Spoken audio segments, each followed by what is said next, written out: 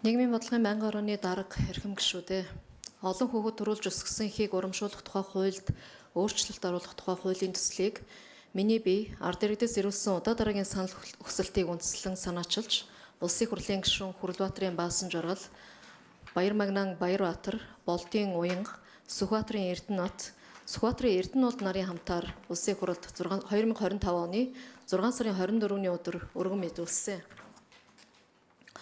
Олон хүүхэд төрүүлж өсгсөн эхчүүдийг одонгоор шагнах улсын тэтгэврийг өргөдгөн нэмэгдүүлэх тухай хуулийг Бүгд найрамдах Монгол Ард улсын Ардын их хурлын тэргүүлэгчдийн 1957 оны 43 дугаар тогтоолоор хэлэлцэж анх баталсан байдаг.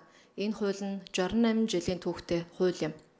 2010 онд олон хүүхэд төрүүлж өсгсөн эхийг урамшуулах тухай хууль болгон баталж 2011 оны 1-р сарын 1-ний өдрөөс дагаж мурдаж эхэлсэн байдаг. Үүнээс хойш хууль батлагдсанаас хойш 2 удаа нэмэлт өөрчлөлт орсон бөгөөд өнөөг хүртэл олон хүүхэдтэй эхчүүдийн хөдөлмөр нийгмийн хариуцлагыг үнэлж төрийн хүндэтгэлээр алдаршуулж ирсэн чухал эрх зүйн зохицуулт юм а. Монгол Улсын үндсэн хуулийн 14-р зүйлийн 1-т хүн бүр хууль шүүхийн өмнө тэгш байна гэж, мөн хуулийн 2-т хүнийг үндэс угсаа, арьсны өнгө, хил, нас хүйс, нийгмийн гарал байдал, хөрөнгө чинээ, эрхэлсэн ажил албан тушаал, шашин шүтлэг, үзэл бодлоор нь ялгарлан гадуурхаж үл болно гэж 16 дугаар зүйлийн 5-д хүүхэд төрүүлэх, асрах болон хууль заасан бусад тохиолдолд эд мөнгөний тусламж авах эрхтэй гэж 19 дугаар зүйлийн 1-д төрөөс хүний эрх чөлөөг хангах үйс, эдийн засаг, нийгэм, хууль зүйн болон бусад баталгааг бүрдүүлэх, хүний эрх чөлөөг зөрчигдөд тэмцсэн, хөндөгдсөн эрхийг сэргээн эдлүүлэх үүргийг иргэдийнхаа өмнө хариуцна гэж. Хүүхдийн эрхийн тухай хуулийн 3 дугаар зүйлийн 3-ийн 1-д хүүхдийг төрсэн цагаас нь эхлэн 18 нас хүртэл эрхийг нь хангах тухай тус заасан байдаг. Алдар тэхийн одон гэдэг бол шагнал биш юм а. Олон хүүхэд төрүүлсэн эхчүүдэд хүндэтгэл, нийгмийн үнэлэмж, мотивацийн нэг хэрэгсэл болсоор ирсэн. Гэтэл өнөөдөр хүчин төгөлдөр мөрдөж байгаад хуулийн 3 дугаар зүйлийн 3-ийн 1-ийн 1, 3-ийн 2 дахь хэсэгт бага хүүхэд нь 1 нас хүрсэн байх. Нас урсан хүүхэд нь 1 ба түүнээс дээш настай байх гэдэг шалгуур тавьж байгаа нь хүний эрх зөрчсөн, ялгарлан гадуурх нөхцөлийг бүрдүүлсэн гэж үзэхэр байгаамаа. Энэхүү зохицуултаас үүдэн хүүхдээ 1 нас хүрээгүй үедээ алдсан эхчүүд одон авах эрхгүй болж сэтгэл зүйн хувь дарамтанд орох, нийгмийн үнэлэмжээс гадуур орхигдох, хүүхдээ 1 нас хүргэлгүй алдсан нь зөвхөн эхчүүдийн хүлээх үүрэг хариуцлага мэтээр ойлгогдохоор хууль эрх зүйн ялгууртай зохицуултыг бий болгосон байна гэж үзэж байгаа юм. Тиймээс энэхүү хуулийн төслөөр дээрх шаардлагуудыг хасч төрүүлсэн өсгсөн асарсан бүх хүүхдийг ялгуурлалгүй тооцсон эхийн алдар одон болон төрөөс үзүүлэх урамшуулалд тэгш хамруулах нөхцөлийг бүрдүүлэхээр санаачилсан болно.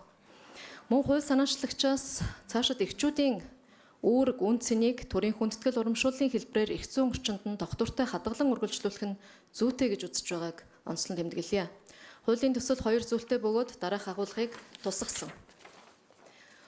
Үүнд 1-р хуулийн үйлчлэл хүрээг өргөжүүлж, хуулийн 3 дугаар зүйлийн 3-ийн 1-ийн 1 дахь хэсгээс бага хүүхэд нь 1 нас хүрсэн гэснийг, 3-ийн 2 дахь хэсгээс бага хүүхэд нь 1 нас хүрэхэд байгалийн аюулт үзэгдэл өвчин, осол өвчин, гэмтэргийн улмаас мөн 1 ба түүнээс дээш настай гэсэн болцлыг хасч, төрүүлсэн хүүхдийн тоо болон асарсан хөдөлмөрийг бодитоор үнэлэх зохицуултыг тусгасан. 2. Энэ хуулийг 2026 оны 1-р сарын 1-ний өдрөөс эхлэн хэрэгжихээр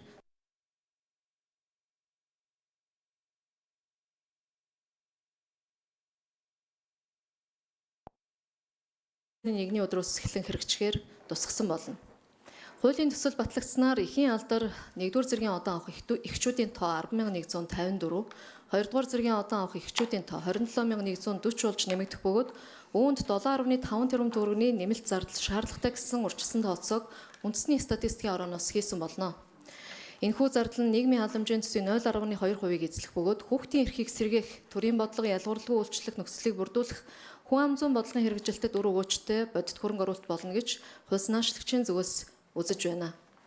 Иймд энэхүү хуулийн төсөл нь төрөөс олон хүүхэд төрүүлж өсгсөн эхчүүдийн хөдөлмөр, амьдралын бодит нөхцөл тулгуурлан урамшуул олгохдоо тэгш ялгарлалгүй байх зарчмыг хэрэгжүүлж, хүний эрхийг хамгаалах, хүн ам зүйн бодлогыг тууштай хэрэгжүүлэх, олон хүүхэд төрүүлж өсгсөн эхчүүдэд үзүүлэх төрийн хүндэтгэлийн бэлэгдлийг хэвээр хадгалах, Үндэсний аюулгүй байдлын баталгаажсан хүн амын доктортой өсөлтөд бодиттой хувь нэмэр оруулсаар ирсэн цаашид шүүн цэнийн хадгалж буюу эрх зүйн зохицуулалт гэж хууль нашиглагчийн зүгээс үзэж байгаа юм.